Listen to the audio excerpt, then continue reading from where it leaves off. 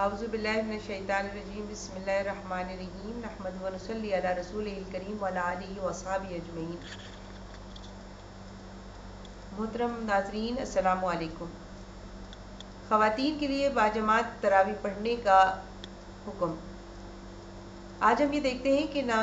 خواتین کے لیے تراویح پڑھنے کا اسلام کی طرف سے کیا حکم ہے اور اسلامی تعلیمات کیا ہیں۔ خواتین کے لیے رمضان المبارک میں تراویح پڑھنا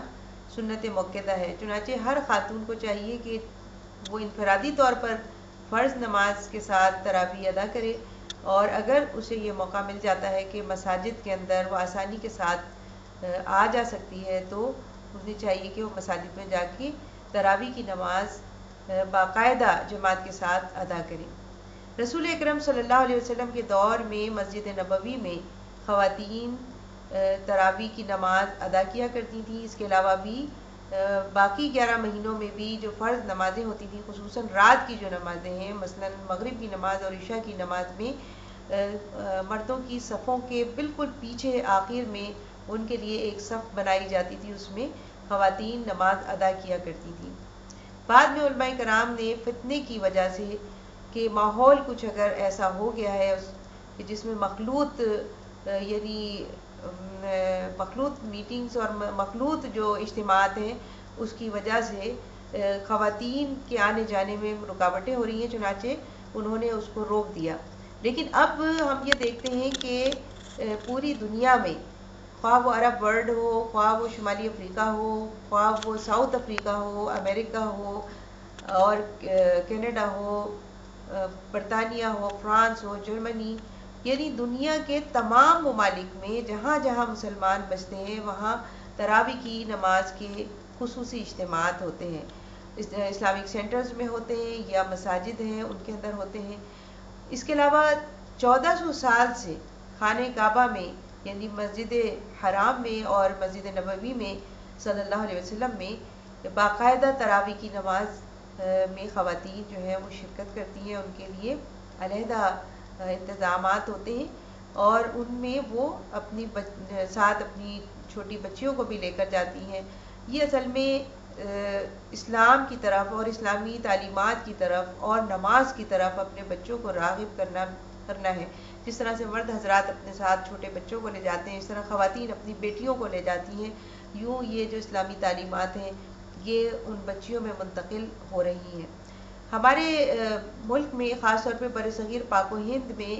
اس کا رواج ذرا دیر سے ہوا، لیکن الحمدللہ اب اکثر و بیشتر مساجد کے اندر خواتین کے لیے نماز تراویح کا اہتمام کیا جاتا ہے، اور اس سے فائدہ اٹھانا ہماری بہنوں کا کام ہے۔ اگر ہماری مسلمان بہنیں اپنے کام کاج کو جلد از جلد نمٹائیں اور اس کے لیے ٹائم نکالیں، تو ہمارے بھائیوں کو چاہیے کہ وہ اپنے ساتھ اپنی فیملی کو لے کر نماز تراویح ادا کرنے کے لیے جائیں، تاکہ یہ خصوصی عبادت جو ہے وہ سب کے لیے جائز ہو سکے اور سبھی اس سے جو ہے فیض اٹھا سکیں۔ رسول اکرم صلی اللہ علیہ وسلم نے خواتین کو مسجد میں آنے سے نہیں روکا، اس کے لیے باقاعدہ احادیث مبارکہ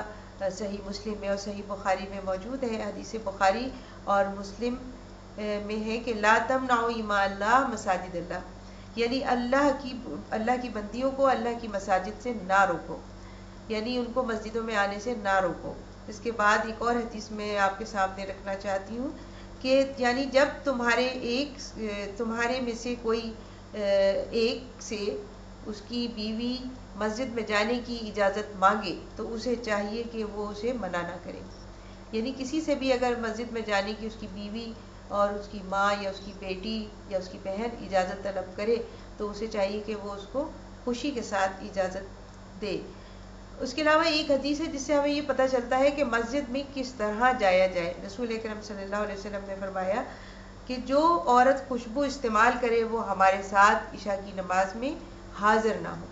یعنی اس کا مطلب یہ ہے کہ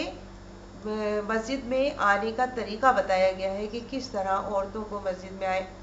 آنے کے لیے تیار ہونا چاہیے، سادہ کپڑے ہوں اور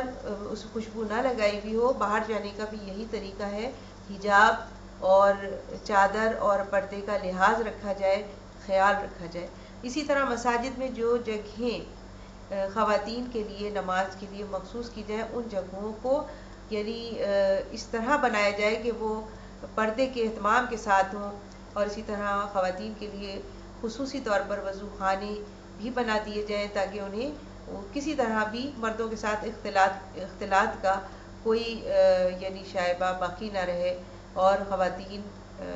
پورے احترام کے ساتھ اور پورے اطمینان کے ساتھ نماز ادا کر سکیں۔ رسول کریم صلی اللہ علیہ وسلم نے اسی طرح سے عیدین کی نماز میں عورتوں کو حاضر ہونے کی بہت تاکید فرمائی، اور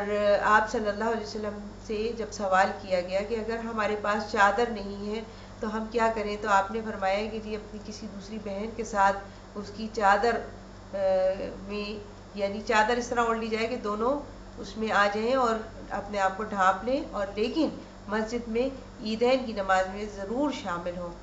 آپ صلی اللہ علیہ وسلم نے فرمایا کہ اپنے بچے کو عید کی نماز کے لیے لے کر آؤ، اپنے خاندان والوں کو، اپنے گھر والوں کو، اہل خانہ کو مسجد میں عید کی نماز کے اجتماعات میں لے کر آؤ، تاکہ معلوم ہو ان غیر مسلموں کو کہ جو اسلام سے واقف نہیں ہے کہ اسلام ایک ایسا دین ہے جو کہ مرد کے لیے بھی ہے، عورت کے لیے بھی ہے، بچوں کے لیے بھی ہے، اور پھر یہ معلوم ہو کہ کتنی بڑی مسلمانوں کی تعداد ہے کہ جو اپنے رب کے حضور جھکنے کے لیے بیتاب ہے، اور ان اجتماعات کے جو ہیں وہ غیر مسلموں کے اوپر بہت اثرات مرتب ہوتے ہیں، اور ہم اپنے عمل کے ذریعے ہی ان کو اسلام کی طرف دعوت دے سکتے ہیں۔ تو جب ہم اس طرح کے اجتماعات کریں گے تو ان کو یہ احساس ہوگا کہ یہ ایک صاف ستھرا اور پاکیزہ دین ہے، اس میں خوشی منانے کے بھی یعنی اصول، قواعد اور ضوابط بتا دیے گئے ہیں، اور یہ مسلمانوں کی خوشی کے کیونکہ بڑے دن ہوتے ہیں، چنانچہ ان میں خاص طور پر مسلمانوں کی کہ ایک اچھے عمل کو غیر مسلموں کے سامنے ضرور آنا چاہیے۔ تو میں اپنی بہنوں سے یہ گزارش کروں گی کہ میری بہنیں خاص طور پہ اس ماہ مبارک میں اس کے لمحے لمحے سے فیض اٹھانے کے لیے اگر وہ اپنی مصروفیات میں سے کوئی وقت نکال سکتی ہوں تو اللہ کی اس عبادت کے لیے جس کو قیام اللیل کہا گیا ہے اور جس کی بڑی اہمیت ہے اور جس کی بہت اجر و ثواب ہے، تو ان لمحات کو ضائع نہ کریں اور ان کو بھرپور طریقے پر استعمال کریں، اور جہاں کہیں بھی ان کی پہنچ ہو سکتی ہے وہاں حاضر ہو کر، وہاں پہنچ کر ان